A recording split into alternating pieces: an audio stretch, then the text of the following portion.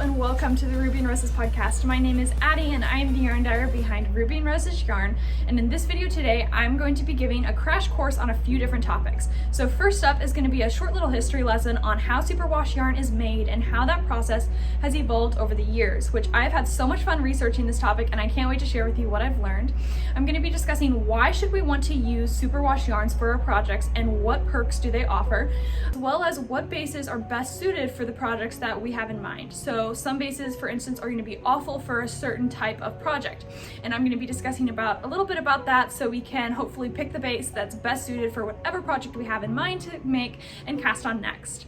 After we know a little bit about superwash yarns and why we want to use them and then pick that perfect base, I'm going to then transition into color combos. That is something that's super daunting for most people, and as an indie dyer I get a lot of emails asking for help with certain projects and what colorways would be best suited. So I'm going to be offering one of my favorite tips and tricks on how to pick a particular color for whatever project you have in mind, because that is going to vary depending on if you're knitting cables or lace or slip stitches, color work, stockinette. So many different things in the knitting world that require different colorways and different styles of dyeing. So I'm going to be giving you a quick little tip and trick so that you can do this on your own and still have room for creative freedom to just let your creative juices flow. So without further ado, let's get started. The first superwash yarns were created by a group of chemists in the 1950s. Their goal was to make wool yarns machine washable.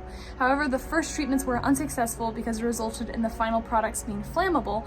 However, over the past half of a century, they've been able to create a process that will have a reaction that stands the test of time. The process involves a chlorine and sulfuric acid treatment along with certain polymers that will coat each strand of fiber in this film that basically protects those barbs from interlocking, which is what one of the downfalls of non-superwash yarns is the fact that those barbs, if not cared for properly, will felt. So that is something that superwash yarns are really easy to care for in that manner, because if you do use hot water or a little agitation, your project is not going to be ruined. However, some experienced knitters find the non-superwash yarns to be beautiful to work with because they are fine with just having that little extra bit of care that's necessary for non-superwash yarns. Superwash yarns have a particular luster about them. The film that is on each strand creates such a magical quality because it takes dye in a way that non-superwash yarns would never be able to do. So it creates such a high saturation level. You can speckle it to get those crisp speckles and really fine color combos, very fine blendings and all of that on non-superwash yarns it would be very difficult to do and sometimes impossible. So pretty much all of my bases are all natural fibers. However, most of them have a little bit of nylon in it. So that nylon adds a little bit of elasticity as well as durability. I love having a slight percentage of nylon in my yarns because it makes it so versatile for like socks or sweaters. It makes it more hard wearing for those projects that need a little bit of extra strength. For instance, socks or sweaters if you want to make it a little bit more hard wearing. Not only that, but it's an incredibly soft fiber for being man-made, and it just really complements the wool fiber without overpowering it and making the attributes of nylon what is resulting in the yarn. So for instance, it will still behave like a wool yarn, however that little bit of nylon adds some durability to it. Have you ever heard the term you can wash wool in fresh air? That's actually not a myth. If you outside to dry, it will actually cleanse the fibers in a way so you don't have to hand wash it as often as you would another garment. So for instance, wool yarn can hold roughly 30% of its body weight in water before feeling wet. So with that being said, any sort of body moisture that you have on your finished garment will then evaporate before it has time to grow bacteria. So it's just a really fun perk that wool offers. It makes it unique to, for instance, man-made fibers. I'm going to show you a little example of a superwash yarn and a non-superwash yarn in the same colorway so you can see the different saturation levels that happen when you are a dyer and when you dye both fibers and the difference that they make. So I have here a skein of my Hidden House colorway. I have it unskeined so you can kind of see, it looks a little messy, but it's an unskeined skein as well as a skeined up one so you can see the difference in the fibers. So this is a non-superwash base that I'm going to be carrying in 2023, so it's not available in the shop yet, but this base is non-superwash and this is superwash. And if you can just see the intense saturation levels on this base in particular compared to this one, it's very different. So they're both the same colorway and they still have the same colors and everything, but this is just gonna be a lot lighter and not as rich and saturated. So just keeping that in mind when planning projects, that no matter what you purchase on non-superwash, it's gonna have that dulled effect, but it's still really beautiful in my opinion. It's just, again, a very different look. And speckling on superwash is incredibly different than non-superwash. As you can see, you can get those really, really fine speckles on it. So yeah, now let's jump into bases, because now that I have hopefully helped you understand a little bit of the superwash process and how it's different from non-superwash, now we can start planning our projects starting with the bases. So I've divided up the most popular projects into 4 categories. So we have sweaters, socks, hats, and shawls, and I'm going to be talking about which one is awful for that particular use and which one would suit it super well. So first up, I'm going to talk about socks and what bases would work great in socks. So for instance, my single rose base, which is a 100% superwash merino 1-ply, would be horrible for socks. It would just not wear well, and the fact of the matter is it's because it's a 1-ply and it doesn't have any other plies for added strength, and it's also a 100% superwash merino. It has 0 nylon in it. So without that extra durability, it's not gonna last as long. So this I would not recommend for a sock. If you want to learn a little bit more about my bases in depth, then I will have that video linked up here for the video that I did completely about yarn bases and what a base is in particular, which might be useful for this video. And if you just want the visual aid and you want to read about these bases in depth, that article will be linked down below on for my website. So single rose would be awful for socks. However, a base that would really suit it is my plump rose base. So this is a 2-ply and it's an 85% superwash merino, 15% nylon, and again, it has 2 plies. So it's a little bit more durable, and I know a lot of people love to use this base for socks. Another solid option would be my soft rose base, because it is also an 85% superwash merino, 15% nylon, and it's a 4-ply, so you get an extra 2 strands for added durability. So these 2 are my most popular bases for socks because it's just what everyone likes to use, because they're so strong, and it's just a really fun way to use those speckled yarns. You can also use my rose gold base because it has an 85% superwash merino content, 15% nylon, and 5% gold stellina. So gold stellina acts the same as nylon when it's knit up. It's also a man-made fiber, so it adds a little bit of strength and durability to your project like nylon would. So all of these yarns behave quite similar when knitted up, minus the single rose.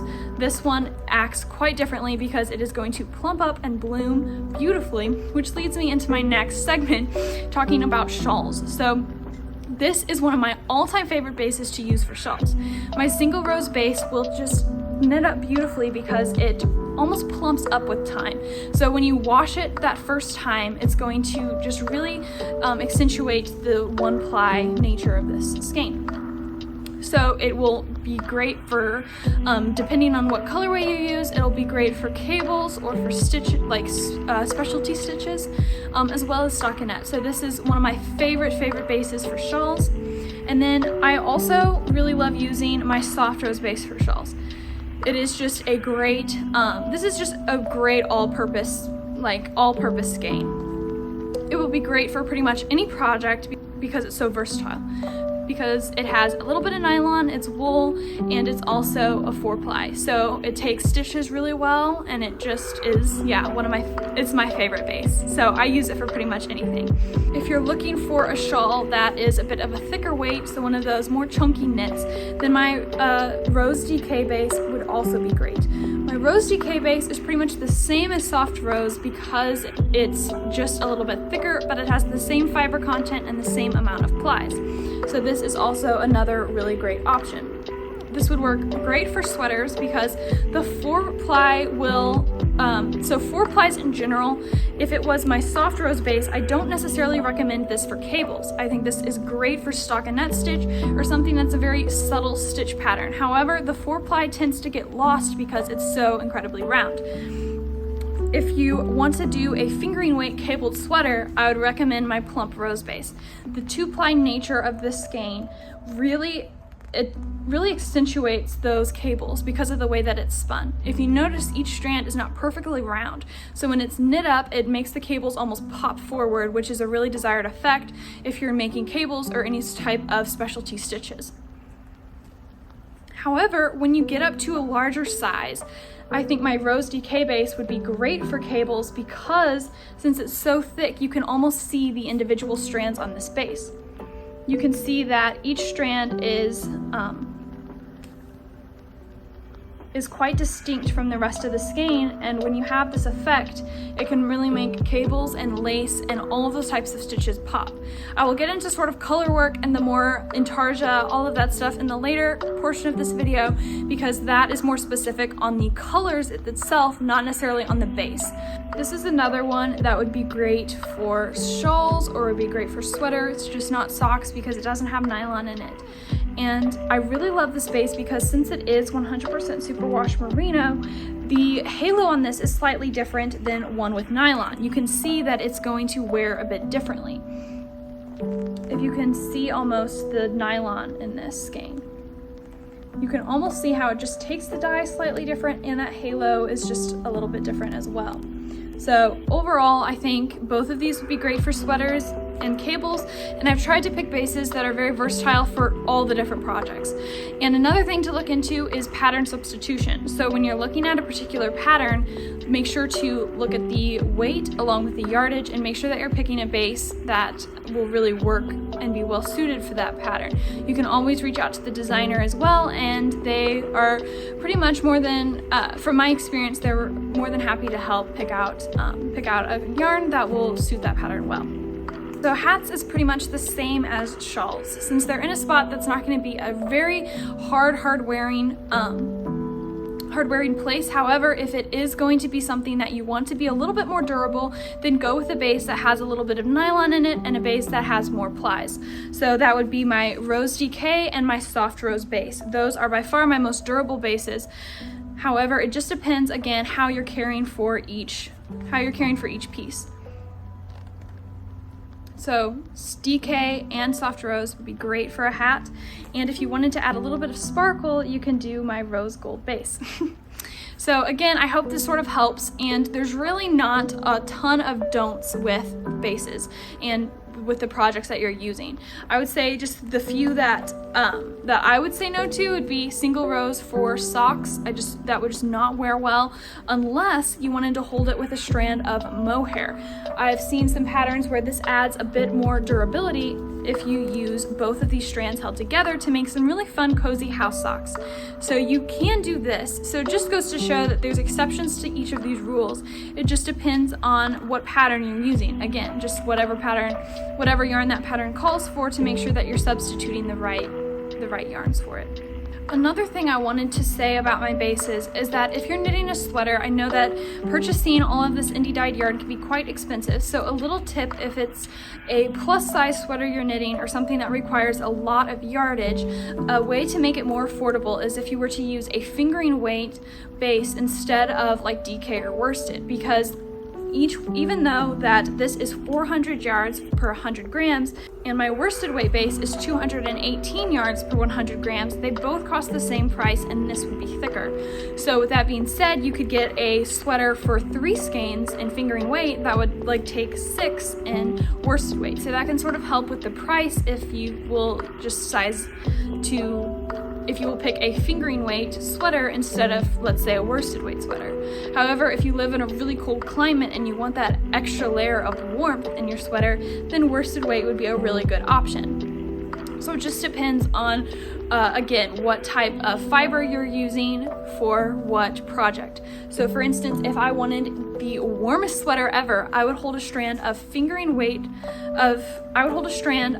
worsted weight, for instance, or fingering weight, or any type of wool fiber along with a strand of mohair or suri.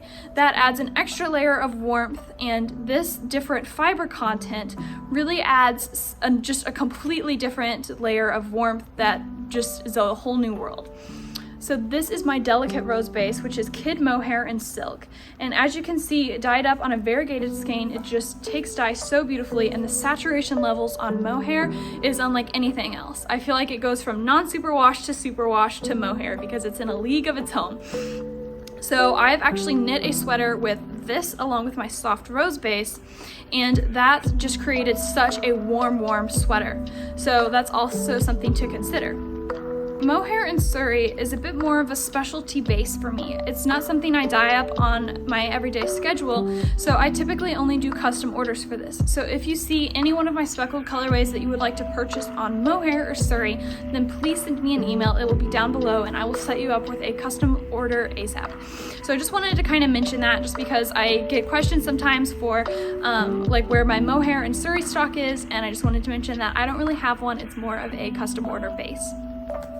So yeah, I'm going to be discussing a little bit more on these bases in my next segment, which is going to be color combos, because colors I feel like are a bit more particular on what project you're using, because bases can be very versatile, and I feel like you can't really go wrong if it's a pattern that was intended for hand-dyed yarn or a pattern that was intended for superwash yarns, because they all behave slightly the same depending on what it is. So now it's time for this little tip and trick on how to pick colors for a particular project that you have in mind. So if you want to knit a really cabled all over cable sweater, something that's going to be very intricate stitches, something that is just going to really be very intense stitch pattern, that is something I would not recommend using with one of these very highly variegated / speckled colorways like I have right here. But how can you tell if it's very speckled, very variegated like these, or if it's more subtle like these speckled colorways? So I'm going to show you a little trick I like to use for trying to decide if your pattern that you have in mind is going to get lost in the speckle and in all the variegation. And a solid option if you really want to do a cabled sweater is always going to be tonals in my semi-solids. So those are just a complete solid color, and this would be ideal for making those cables pop. So again, you would want to use about like my 2-ply, which is plump rose, to really make those cables pop, because it's not a completely round strand and it really accentuates those cables. So again, if you want to make an all over cabled sweater, use my plump rose base on a tonal colorway. However, you might be like, I don't want to use a tonal colorway because they're not my favorite to knit with, and I really want to have that little bit of fun combined with the stitch pattern. So if that's the case and you really want to use a speckled colorway and you want to figure out if these are in or are they out, this is the tip. So I'm going to take and make my screen black and white so you can kind of see what it is. So you can do this on any phone, any kind of filter that you're able to put on. There's a lot of apps out there. You can even use like Instagram, just a lot of different ways to do this. But you basically want to have your saturation levels, there, but just have the screen black and white. And making it black and white can sort of help your eye hone in on the like sections of color. So for instance, this one, just ignore the minis, this is actually a sock set, but this is my holiday style colorway. And as you can see, there's a lot of color sections in this one. So there's going to be a lot of like light sections, a lot of dark sections all throughout the skein. A specialty stitch pattern, this will not work for that. So however, on the other hand, this would be great for stockinette stitch or something that's a bit more subtle stitch pattern and you really want this yarn to shine. That's another option. Here's another colorway that would also not really work. You see, there's a lot of like light sections and a lot of dark, and there's just a lot going on in this skein. You have a lot of different colored speckles, and it's just a lot happening. And this is another colorway that really wouldn't work with that design, because you see there's a lot of this white showing and then a lot of this dark color as well. So that would just get lost in the stitch pattern. And now it's time to show you some colorways that would work great in a cable design. So here we have this one, and as you can see, there's some really light sections of white, but it's not that noticeable, and it's not that it's not popping out at you as white and black contrast. So that's what you want. You want something that's slightly subtle. So this is my Secret Keeper colorway. And then here's one, this is my Bundle Up colorway. And as you can see, this one is pretty the same tones, the same saturation levels. So that is something you want if it's gonna be a heavily stitched pattern. Another one is my Butterfly Kisses colorway. So this is just, again, very light, delicate, and this one is actually going to be ideal. I have a sample that I'm going to be showing you of this particular colorway in a lace pattern, and you can kind of see how that shows up on like on a lace pattern, because if I would have used a really busy yarn, it wouldn't have worked as well. So here you can see that Butterfly Kisses colorway knit up on stockinette, so you can see how that looks. And then we also have this lace. So not only does it look great in stockinette, but it also looks beautiful in lace, and you can really see that design because it's just very subtle concentration levels. So this pattern right here is the Tegna by Caitlin Hunter. I will have it linked down below if you want to cast it on, but it's just a really good colorway for something of interest, because you also have that speckled look when you're knitting it, but you also can really see the stitches. Another one that I showed that would be really busy is this colorway. So as you can see, you can barely see the stitch pattern, but it adds a little bit of texture. So this is very subtle, and it's not like massive cables or something, so you can kind of see what it looks like. But again, if you want your cables to be slightly more subtle, then you can go with a heavily speckled colorway, or if you want to do a subtle textured stitch with a busier colorway, then that will work as well. This is my Into the Bloom cowl that I designed. This pattern will be linked down below, and this is in my Breath of Fresh Air colorway. So Colorwork is going to be the hardest one to choose for, because with Colorwork you have, it just completely depends on the pattern. So if you're looking at a pattern that's Colorwork and it has one that's extremely high contrast, one that's medium contrast, and light contrast. There's so many videos about that out there on how to tell what those colors are in your Fair Isle or Colorwork designs. So basically, if you took a picture of that design and you did it black and white, so you have your black and white design and black and white yarn you're thinking of using, put those next to each other and see if the tones are the same. So for instance, if I was looking at a Fair Isle sweater and it called for a saturated colorway, one that's more light, and then one that's medium, and I was torn between these two colors because these are very similar in saturation levels, and these two are very light and very dark. So this would be something you would want to consider. I wouldn't want to do one that was necessarily as rich and as saturated as this one if the pattern didn't call for it, because it's going to completely change the look. So you kind of want to see what the pattern is calling for. If it calls for two really saturated colors, or one bright, and just kind of seeing that. So making your screen black and white is my favorite way to figure out what kind of colors you want to use, because it just helps your eyes to kind of focus in on saturation levels, and then you can pick whatever colors are striking your fancy at the moment. So yeah, if you decide to make a Fair Isle sweater with these colorways, then you're definitely gonna have to let me know. I would love to see it. Just for reference, this is Crush Culture, Candlewick, Petal, Sangria, and Kana, in case you really love this color combo and want to cast on something with it. So I think it's super fun, and yeah, definitely love all of these tonals together. So last but not least, I have some super exciting news. So the day you're seeing this is going to be my birthday. I'm turning 19 years old. And if you've been around for a while, you'll know that every year on my birthday, I do a shop-wide sale. So it's something super fun, just my way of giving back to you for supporting me for an entire new year. And it's just, yeah, something really fun that I love to do. So over the entire year, I collect mini skeins that I have just been dyeing whenever I get a chance, and just sort of really fun one-of-a-kind minis that I save for this day in particular. So any order placed from this day for an entire week is going to be receiving a free mini no matter what size purchase it is. So whether it's 1 skein or 20, each one will receive a free mini in your purchase. So it's just a really, really fun thing. I love picking out minis that really complement the colors in your order in case you want to use them together. And yeah, it's just a really fun way to do it. So any order over $200 will receive 2 free 20-gram minis. So that is sort of, I hope that kind of makes sense, but all the details will be on my website. It's linked down below in case you want to do some shopping. And yeah, thanks so much for tuning in and for staying with me for a whole nother year. I'm really excited to see what this year brings. So until next episode, when I podcast, finally, I have so much to talk about. And yeah, that is going to be what video is coming next week. In the meantime, let me know in the comments what videos you're dying to see from me. As always, I appreciate your feedback so much. And I hope this was helpful to you for planning projects, because I want to make it as simple and straightforward as possible, because I know hand-dyed yarn can be a bit daunting and intimidating, and I just really hope to make it simple and straightforward, because you should have so much fun with your knitting. Until next time, I will see you later. Bye.